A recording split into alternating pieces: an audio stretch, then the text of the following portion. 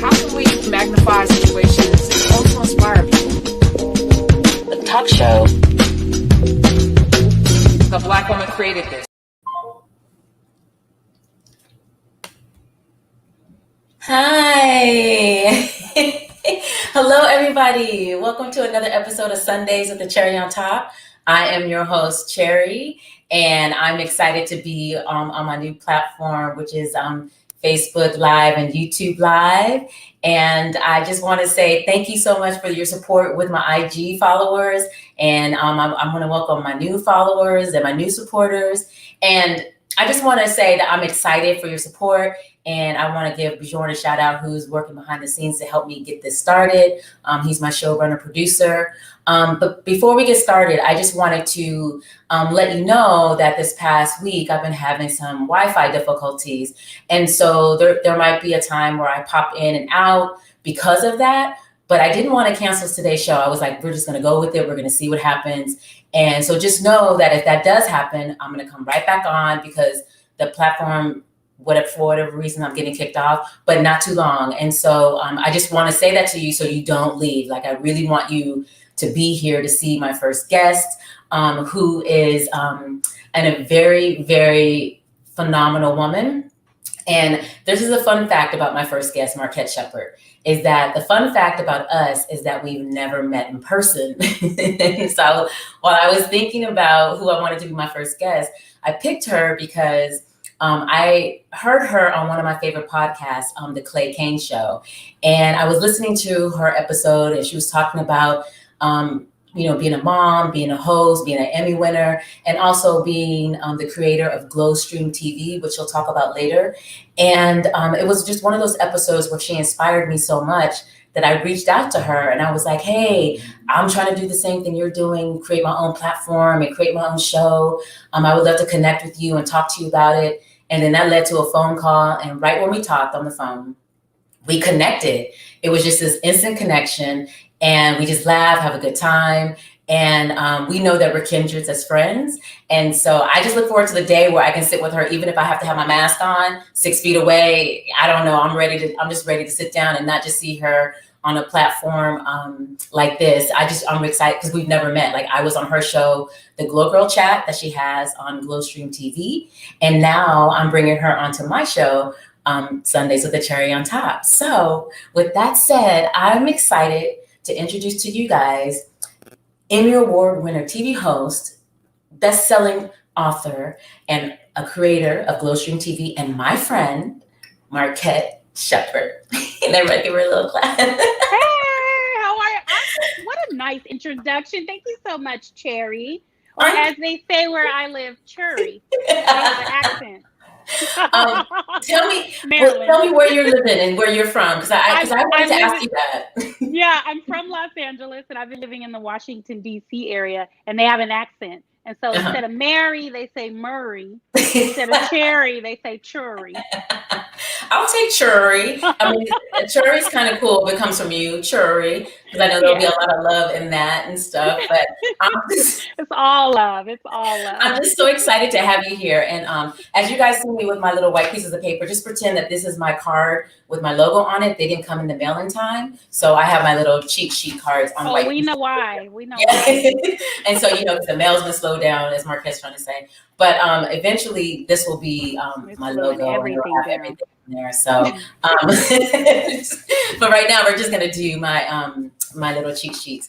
But Markette, before we start, I like to do every interview with a check-in. Mm-hmm. And I just wanted to check in with you and just see how you're holding up with everything, because these are difficult times. But with the episode, I like to check in with you. How are you holding up with everything? Well, you know what? I'm actually in a great mood today. I've been taking the pandemic very seriously. Mm-hmm. And it's so crazy because you can talk to 10 people and they have 10 different ways that they're handling the pandemic. I'm protecting my health and putting my health and my family's safety first and foremost above everything. You don't know, you better ask somebody. Don't be trying to get in the way of me and my health and safety, or you will be shut down. But on top of that, my friends are so important to me. Mm-hmm. The first few months were okay, mm-hmm. because I was so busy running and ripping and on the road. that it was a nice incubation and healing period, just regeneration period. But Yeah. then, like midsummer, I was like, this is just going on too long. So today, a good friend said, why don't you come over at my house, hang out in my backyard on my deck, and have just a social distancing girl time.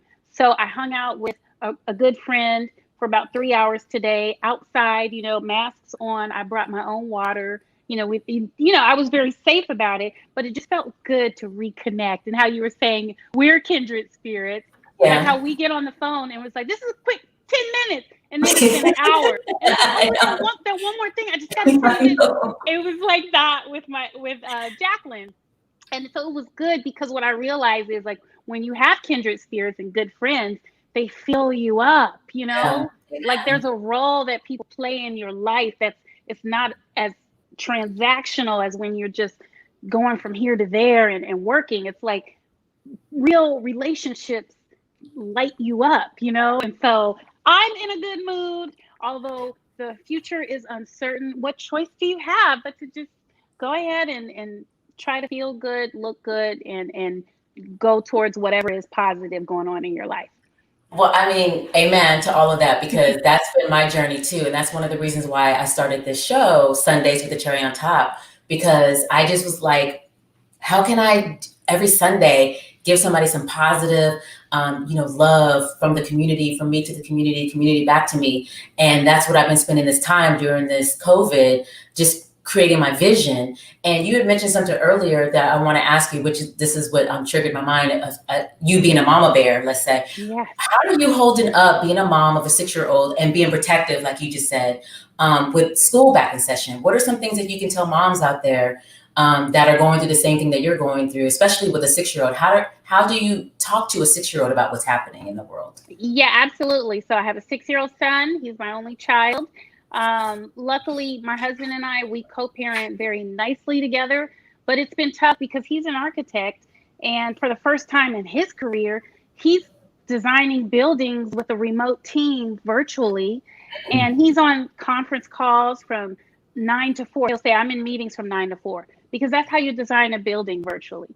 Or he'll say, I'm in conference calls from 2:30 to 5:30, and with my son being at home and not being able to finish kindergarten, at first it was tough, but we were like, okay, husband, you make breakfast, lunch, and dinner. I'll play with my kid, make sure he gets his bath, brushes his teeth, and gets on virtual kindergarten. And we're handing off and we're managing. And I think the great thing about kids is that they are more easily able to adapt than adults, because he's 6. So he doesn't have many years of routine. So he's able to adapt, and we're making sure, that he has Zoom play dates, in the summer, and we're calling the cousins and that kind of thing. And he's rolling with the punches. But, sometimes it's scary because kids don't social distance. Not at 6 years old. And there's a difference between 5 and 6. And there's a difference between 6 and 7 and 7 and 8. And so every age is different. So I'm speaking from my experience with a 6-year-old, but I want to just acknowledge and recognize any parents out there. You may have a 7-year-old and they may be on a different plane because they're going through this rapid growth period of their lives. So what I try to do is, I've always been like, just spiritually speaking, I try to be in tune with my environment, which means I'm in tune with my son. Is he happy? Is he tired? Is he afraid? And I've gotten some hints, like he doesn't want to leave the house all the time. And I interpret that as, you know what? He knows about the Rona. He's afraid. Let me honor that. And if we do have to go somewhere, respect that and be like, okay, let's wash our hands. Let's put on our masks. It's just a tough world. When the coronavirus started, I was working with a lot of people, no kids, no dog, probably no plant, nothing to take care of besides themselves. And they did not take the pandemic as seriously as I did. And so I had to separate myself from those people, being an African-American woman, raising a Black child. You know what I mean? There's a lot at risk when I walk out of the door, okay? When I get behind the wheel and drive, bump coronavirus. I just hope I don't get caught by the police. They don't see the Emmy. They don't see the awards, the books I wrote, the TV shows I hosted. Is all you gonna see is my black face? Yeah. I mean, there's a lot that I need to be worried about. So I'm trying to live. Who said that? I'm trying to live. Remember that scene in Friday? Where Ice Cube, at the end of the day, son, you live. I wish right now, I wish I had a little clip of that scene. That would be so perfect. It would be so perfect. But let me ask you this. What is, I don't have kids. So what is a virtual kindergarten class like for a 6-year-old today? What are they? I must say, I got lucky in that his kindergarten teacher, shout out to Miss Harmon. She's like 25 or at most. So she was tech savvy and with it. She had the Snapchat filters going. We had an app where all the parents were talking. So Zoom kindergarten was her getting on at 9:00 in the morning. They would read a story. She'd worksheets. She set up a Google Classroom. She put the worksheets on Google Classroom. We printed it out. Oh, she was on top of it. And I feel sorry for kids who have teachers who aren't tech savvy, because we had a kindergarten graduation. We had music, slideshows. Oh, okay. I mean, it was fine. Okay. It was fine. But also I had a 25-year-old teacher for my son who literally just graduated from grad school and was on the Snapchat. I mean, wherever you want to be on social media, she was right there with you. She was hanging. And it was the teachers who had been teaching for 30 years, resisting technology. Yeah. They were struggling to teach their classes, and therefore their students were struggling. Well, let me tell you this, because my mom is a teacher. We're retired, but over the COVID, she was having these moments of asking herself, what can I do? What can I do? And then we were having these conversations, and she was talking about possibly subbing and also being back into the school system. And she's in Las Vegas, and the way Nevada's doing their school is that the teachers are staying in the classroom and the kids are at home virtually and doing everything from the classroom. And my mom is able to catch up and keep up because of me. Like I spent an hour and a half on the phone wanting to just shake her because I was trying to get her to use her webcam for the damn Zoom. Okay. I was like, Mama. So if you're going to teach on Zoom, you need to use the webcam. So everything you're saying about the different virtual differences with teachers is so true, because my mom called me, they want to do a Zoom call. How do I do Zoom? I need to download the app. And so I had to walk her through those different things. I had to, get her on top of that. And like, I remember when she wanted to get an iPhone back in the day, and I was like, you can't even handle your BlackBerry at the time.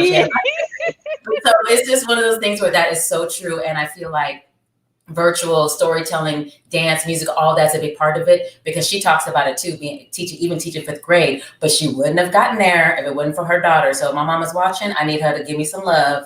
And all her students too need to give you some love. Now, I will say, now school started back. He's in 1st grade, and he has a teacher who's been around a long time, but she's good. I just want to say, shout out to the teachers who've been teaching for 30 years, and they took the summer. I don't know what the 1st grade teacher did, but she's on top of it. She's so good. I was like, I need to get her something, because she's emailing us like, good morning, parents. This is what we're doing. And she's on the Google Classroom. And I feel more connected. I used to drop my son off at school, go to work, come back and say, how was your day? Now I'm able to say, oh, you know what? The teacher sent me a Google Classroom alert. And the question of the day is, what's your favorite vegetable? And I already know what my son's assignments were, because she's broadcasting it on the Google Classroom. Whereas before, it was very much like, you only know what's going on when it's back to school night. So I think education can be revolutionary if they continue with the technology when things open back up. Oh, nice. I really like that. I mean, again, not a parent, but through my mom and the way she's teaching, she's saying the same thing that you're saying, is that there's so many pluses as far as bringing the family together. So I'm going to keep up with that, because I think you're right about that. I'm going to keep talking to her about that, because she got excited about that the way you did too. And speaking of children, okay, you are a children's author, right? You have written a book, What is Light? What is Light is my first book. Yes, yes. And then the second book is Oh, there it is. Rocket Ship, right? Yeah. Yeah. Oh, there it is. Yeah. It's also on my mantle. So listen, I love the fact that you're a children's author. Look, I love that. It's right there. I see it. I love the fact that you're a children's author. And so I just wanted to ask you to give us some insight. Like, what inspired you to write children's books? Yes. Okay. So for the longest time, Cherry, I was like, I mean, from college, I was like, I'm going to go and be a TV host. I want to be a TV host. I'm going to do entertainment, movies, talk show, news. I'm going to be a TV host. And I was, I was in New York as a movie correspondent, up and down the East Coast. I landed a morning show in Richmond. I was all over the place. I had a fun lifestyle entertainment blog. And I was just hosting TV for years and years and years. And then I had my baby, and I was like, you cannot be on the Chinatown bus going to New York, hosting a show in Richmond I was like, seriously, when I was pregnant, I was like, I'm going to put this baby in my backpack and keep it moving. And then it's like, that's how you think, because like, if you don't have kids, you really don't know like the job. So I was like, okay, I'm the TV host, and I was a TV host, and I'm doing my thing. I landed myself on Regis and Kelly. I was on VH1. They had a morning show. I was just bouncing all over the place. And then I had a baby, and like all of that has to stop. You need to recover, first of all, from having a baby. Then you have to be there for the baby. So I was at home with my son, and I was like, I'm a storyteller at the end of the day. You can call me a TV host. You can call me a journalist, a broadcaster. You can call me whatever you want. I was doing radio reporting. Sometimes all three of those jobs in one day at the same time. I was just like a super freelance TV host, media personality. And then when I got home with my son, I was like, you know what? I want to write, because at the end of the day, a storyteller is a storyteller, no matter whether that form is on television, digital, books. And I started writing little stories in a notebook that I got at like a free CBS workshop. And one of the first stories I wrote in that notebook ended up being the manuscript for What is Light. Because I was reading these books to my son, passing time. I was at home with him for a year. And I was like, there's no brown children. There's like phenomenally black. That's what your teacher says. We'll get there. There wasn't even brown children in the baby books.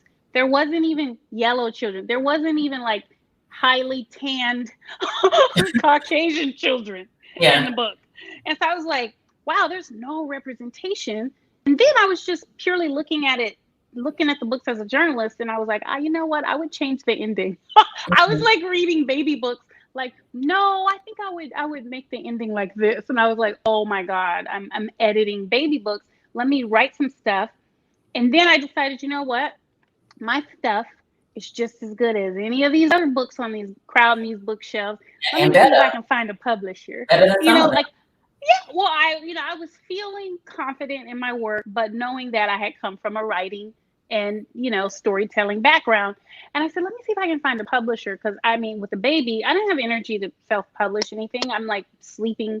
You don't sleep through the night for the first 6 months. You know that, right, Terry? You know what?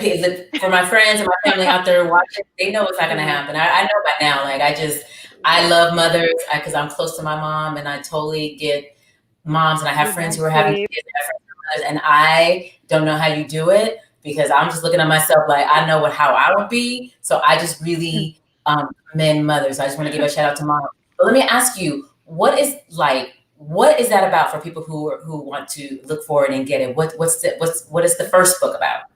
Yes, look for it, get it. What is Light is about the light that you have in your world, around you and inside of you.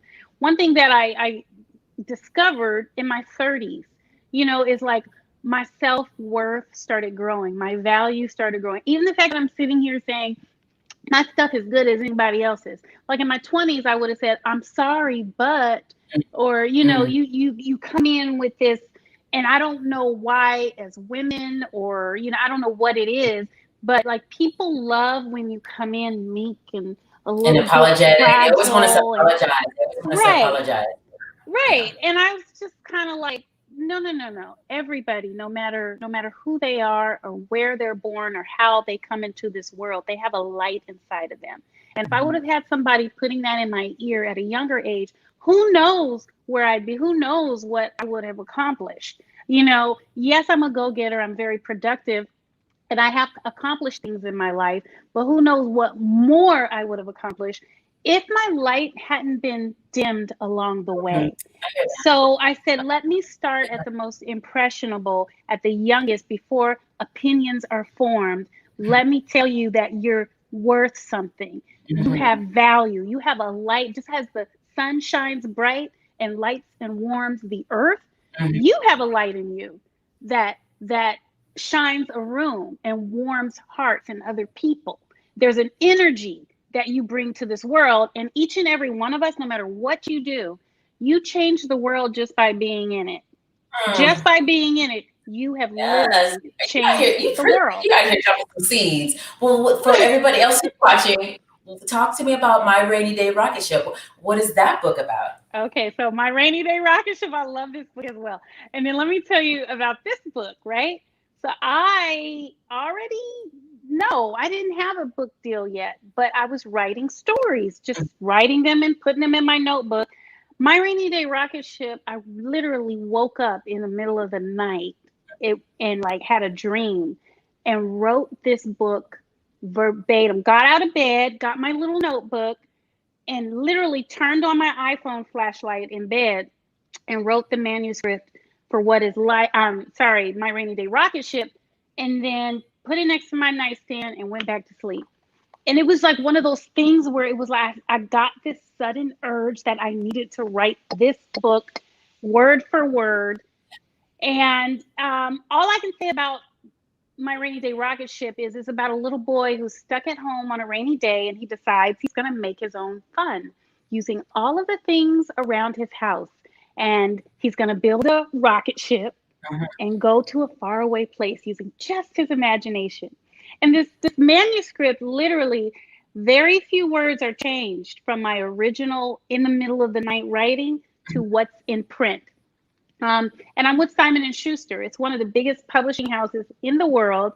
So, they have agency to change things Yeah. if they want. But this one, I feel like there was a lot going on. I have an immense desire to lift up brown boys and create Black boy joy in the world as the mother of a Black son. Yeah. And you see the headlines. We need that. And Well, then let me ask you this. also, yes, yes. No.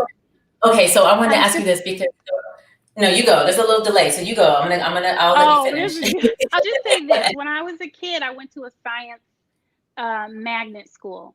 And no one, I loved it. I did good at it. No one ever encouraged me to pursue. Maybe I would be a scientist today if someone fostered that natural curiosity in science. And, you know, maybe I would be an astronaut, but now I'm writing stories about kids who want to be astronauts. So I wanted to do a fun, lighthearted tale also that had to do with creativity and a little bit of science, space engineering mixed with art.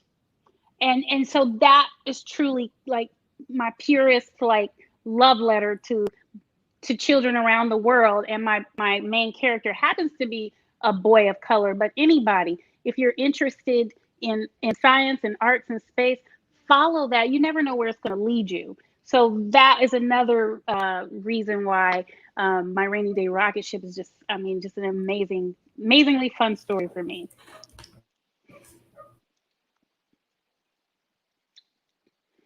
Oh, and Cherry, you're frozen.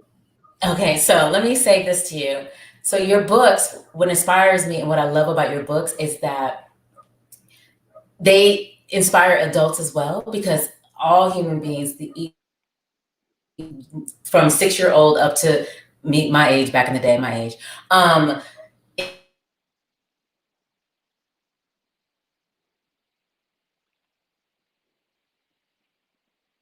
Oh, you're frozen, Cherry. I hope you come back. She's frozen. and so with COVID, So we're all, let's see, here we go. Okay, so all you guys watching now, bear with me. For those who are just coming on, who may not have seen the beginning, I was explaining to Markette and my viewers that there's something funky going on in my building with the Wi-Fi. So if you're just tuning in to what's happening, we've been doing pretty good, okay, but I've been getting kicked off of StreamYard for whatever reason. Everything else works but StreamYard, so I'm going to figure it out. But today I didn't want to cancel. I just wanted to just go with it because I really wanted to talk to Markette. So with that said, that's what's happening. So with that said, Markette, what I was saying about your book, both books, is that as adults, we can find what is light. We can find light. And also too, with My Rainy Day, we're stuck in the middle of this COVID, and we can get creative. We can find things to do, and we can, get things from our house and find ways to find joy as well. So I feel like not only are there children books, I feel like if I read them, they would talk to me as well because of the fact of the circumstances that we're in, right? And I wanted to ask you this question because when I was researching you and getting ready for this interview, I found this video of a little Black boy, because I knew you had a son. I was just looking around. Have you seen the video Reading with Ja? And he picks your book as one of his as books of the day for his videos. Have you seen this video? I don't think so. Oh my gosh. So let me tell you, if you watch it in its entirety, it's 2 minutes because he basically introduces the book and then he reads the book and he talks about your illustration, and it's basically a YouTube channel called Reading with Ja. And so I didn't know if you've seen it or not, so I wanted to give you a little clip of it because I got so excited and wanted to surprise you with it. So I want to play a little bit and then you're going to have to go watch the 2 minutes. So we're going to play it for you. And it's called... Hi guys, welcome to a brand new episode of Reading with Ja. I have a new book for you, My Rainy Day Rocket Ship. My Rainy Day Rocket Ship by Markette Sheppard, art by Charlie Palmer. Oh, I love that. How cute. When I saw it, I was like, I sent it to Bjorn, shout out to my producer and showrunner. I was like, I want to fit it in because I wanted to surprise you with that because I was so moved. I was like, this little boy has his own YouTube channel and he loves to read, and he has my friend's book in one of his episodes. And I just wanted to make sure that you awesome. I wanted to surprise you with that. Every time somebody tags me, I'm on my phone, like, so maybe I saw it and I liked it, but I didn't see it. And I just want to shout out the artist, Charlie Palmer. If his artwork looks familiar, it's because he's done album covers for John Legend. Issa Rae has worn his artwork on t-shirts and sweatshirts in Insecure on HBO. He's a phenomenal artist, and he picks and chooses the work he wants to do. He's at that level in his career as a painter and fine artist. And he chose to do the artwork for My Rainy Day Rocket Ship, he said, because it was a story where he said he could see himself in that story and he can see any little kid. I don't write Black stories. I write stories for everyone, and my characters just happen to be Black because I believe we need to see more of that. Kids they're going to be beat over the head with the civil rights stories and the slavery stories. There's no more work that needs to be done. There's an incredible body of work that tells the history of slavery and civil rights. Mm-hmm. Where there's a huge space is to tell the stories of people of color doing everyday things, living everyday lives, and just being regular, normal human beings. That's why my first book, it was #1 before it was even released, because there's a demand for, stories that don't give you fatigue over the struggle, especially when you're talking to young kids. Young kids like astronauts. There, I like astronaut too. If he's single. Hey. If he's single and available, I like an astronaut too. Put it out there, Cherry. We got NASA down here. We got NASA in the house. NASA. Anyway, listen. I want to ask you, where do you find time to juggle all of this? Because as I listen to you talk, your mom, your wife, you're an author and you're a TV host and an actress, all these things in your own right. So I just want to get into Glowstream TV because I'm listening to you and all of your accomplishments. where do you find the time to even juggle all of this? And tell me what inspired you to start Glowstream TV? Because I like the Glow Girl chat videos and the interviews. I love all of that. So tell me about Glowstream TV. Right. So I started Glowstream TV after spending 4 years on the CBS morning show in Washington, D.C., hosting it for 4 years straight. I think in 4 years, I must have had 7 different co-hosts. I mean, it was a pressure cooker. And, I did everything I could do on that morning show, and I had a lot of fun. And I thought towards the end of my time there, I was like, what do I really want to do? What makes me tick? And I knew what made me tick was talking about the light within, inner light, and lighten up kids. And I consciously made a decision I would speak to babies because get them while they're young so they can hold on to their light. And then after meeting so many whack jobs on the morning TV, I was like, y'all adults need some help too. Amen. So Amen. including sometimes I need help to recover Me too. from the whack jobs that I meet in the industry. Oh, man. Maybe I should reconsider starting this show. Maybe I should reconsider being a host. I don't know. Now you're at a place I'm not there yet, but I'm like, okay, what's this insight you're giving me? No. I think you're going to be okay. I really want to say I have been exposed to an abnormal amount of whack jobs for some reason to grow my soul.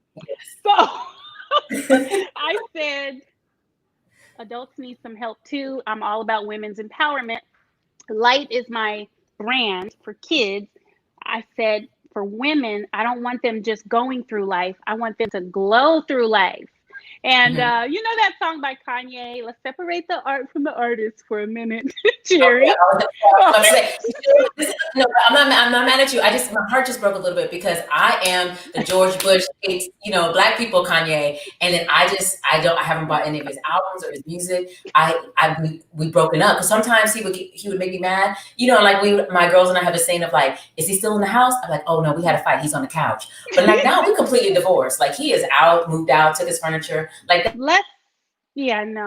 so I forgot about the George Bush comment. Oh my God. That was crazy. Talk about the Kanye West song just for a minute. But yeah, we're divorced. So I know. I'm a little hard with the whole thing. That's another episode. We could go there that's my website. Thanks for putting it up. We don't want to go there. We don't want to go there. No, we don't want to go there. Look, George Bush is retired. Where's the camera? Enjoy your retirement, President Bush. We didn't mean no harm. Okay. I don't know. I still think Kanye was right, but I don't know. But that's a whole other conversation too. But let's just.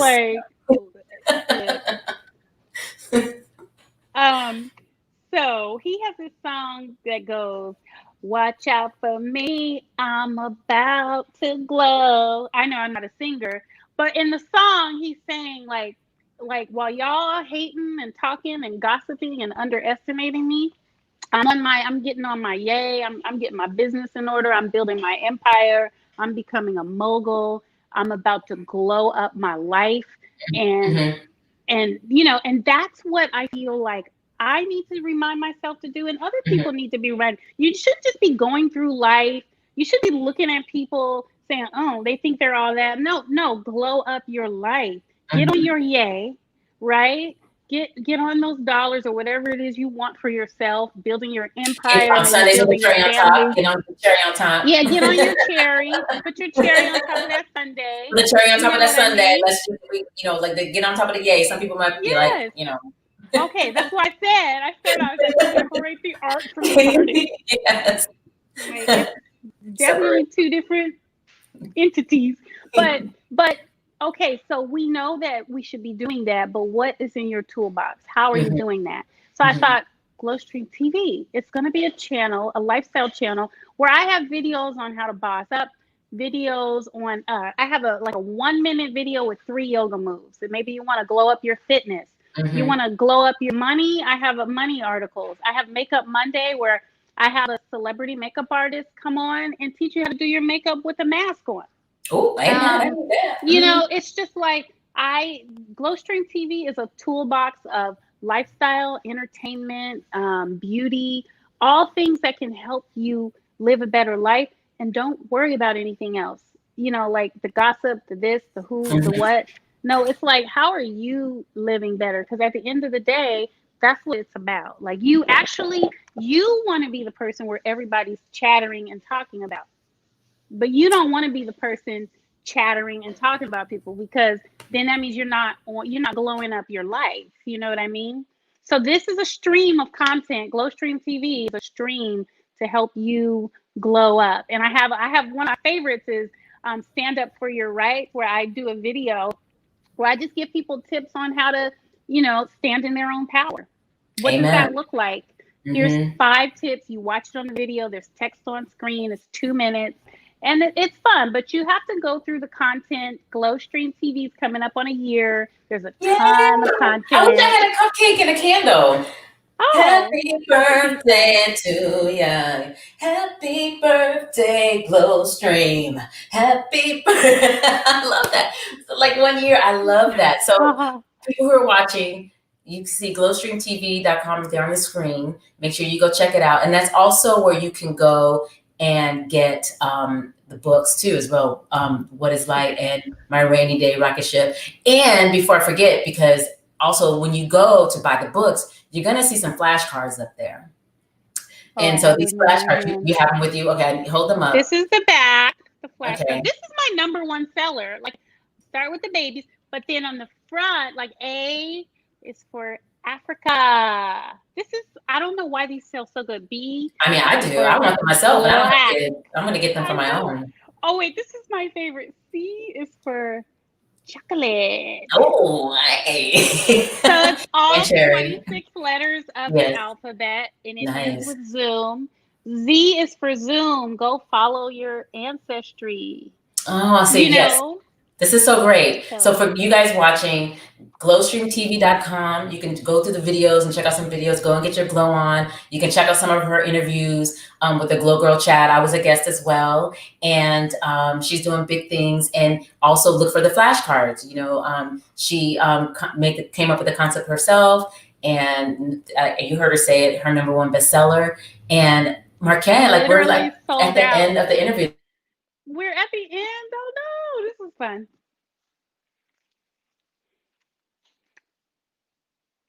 Oh, Terry, you froze. I'm sold out of the flashcards, but I'm getting a new shipment at the end of October.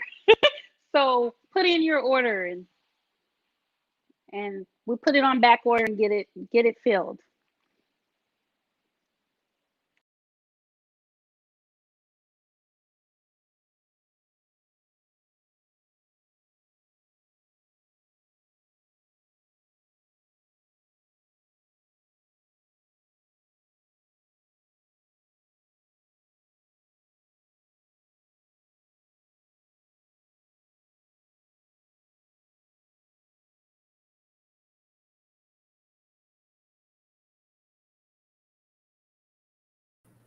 We were doing so good. Okay, we were doing so good. The Wi-Fi guys were with us to the very end. What I was going to say, okay. What I was going to say is that at the end of each interview, I like to ask my guests about their cherry pick, and I just want to, before we get that, before we go, I wanted to ask you about your cherry pick. And for those who are watching, the cherry pick is basically something that my guests will give to the community. It might be a new author that you don't know about. It might be a writer you don't know about, or a film producer, or just anybody in the community who are doing great things that we can pay it forward, we can go out and support, we can go out and do research on. So every time at the end of each interview, when I ask about the cherry pick, that's what the cherry pick will be. So Markette, before we head out, tell me what your cherry pick is. Yeah, so my cherry pick is a phenomenal TV producer. Her name is Donna Brown Guillaume. And if you have heard of Benson, she was the wife. Yeah, there she is. She's the widow of Benson, Robert Guillaume. But why I'm fascinated with her is because, I have this children's media empire that I'm building. Is that Donna is the executive producer of this amazing multicultural children's series called happily ever after stories for every child, fairy tales for every child. It came on HBO. I don't know Donna personally, but I was so just like blown away by the mastery of this children's series and the guest stars that she had. Robert Guillaume was the narrator. Everyone from Will Smith to Salt and Pepper to just every single Denzel Washington, every single major celebrity of color, Rosie Perez. They have guest starring roles in this genius children's cartoon series that kind of just came unassumingly, and it's still in rotation on HBO. But I aspire to create work the way Donna has created work. And so the next level for me is producing TV that inspires, empowers, and everyone gravitates to her. And then also, she had masters of her craft on every single level of that show. So I'm obsessed, obviously, but the guest stars are A-list actors, the producers were A-list, the platform was A-list, and if you don't know about her and you see her in LA, I mean, give her her respect. And this is somebody who's a fan. I don't know her personally. Okay, I'm a fan now because the one thing about the show that I love, that the cherry pick part of the show that I love, is that I get to learn so much myself as well, because it's like, you think you know a lot about our culture and our history, but there's a vast variety of so much that we're doing. And so when you told me about Donna, I was looking her up and I was like, she is a woman in her own right. Real deal. Like, she's the real deal. And this is the thing, I didn't know Robert Guillaume was married. I was like, what in the world? So yeah, so I learned something new today. My producer, Bjorn, and I were talking about it. I was like, she better get some pictures about herself and do her thing, So yeah, I was very impressed by Donna Guillaume and what she does. So you guys make sure you check out her series on HBO. It's still in rotation. I see, oh my gosh, I have my first comment. I see Hewling Foster, and he says that he loves the series. So this is great. That makes me, thank you, Hewling. Thank you for your support. That makes me so happy. My first comment, Hewling, you're my first comment. But listen, I just want to say to you, I want to thank you.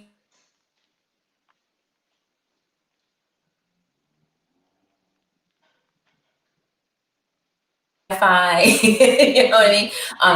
I'm gonna check into it because I cannot do the show without the Wi-Fi, right? But I'm for my viewers out there looking and who will be with me next week again. I will be working on that, but I want to say thank you so much for watching and sticking it out. This is my very first show on this platform. I think I did an okay job. I wish there was some hand claps. Great. Like some pat on my back and stuff. Download the laugh track. Download the clap track. You'll be good. Okay, see, that's what Bjorn, take a note, because I do want a laugh track. I said that. But yeah, I would love to get a laugh track and not a laugh track, a clap track. That would be dope. But listen, I just want to say to you people, Hewling and others who are watching, and you, that I was so nervous, having you on because of, like I said, you being a host, that's your wheelhouse, and I'm just learning to host as I go. But I just wanted to say, I thank you so much. It went perfectly. Thank you. Even though my Wi-Fi snippets didn't bother me. I took my wig off for you. I be having your wig on. I took my wig off for you, so that's how you know we keeps it real. Black girl magic, that wig. Come on. I was like, no, this is Churi. I'm taking my wig off and I'm keeping it real.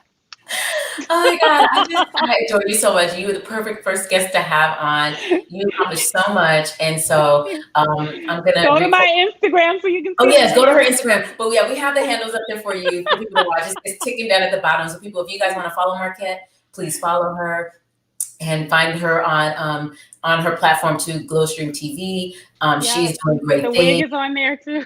The wig is on there too. But anyway, so I just want to say goodbye to you and just give you love. And thank you guys for watching. I just want to make sure that you guys are here with me next week. But before we talk about all that stuff, let's say goodbye to Markette and let's everybody wave goodbye. Markette, thank you so much. And I'll talk to you soon.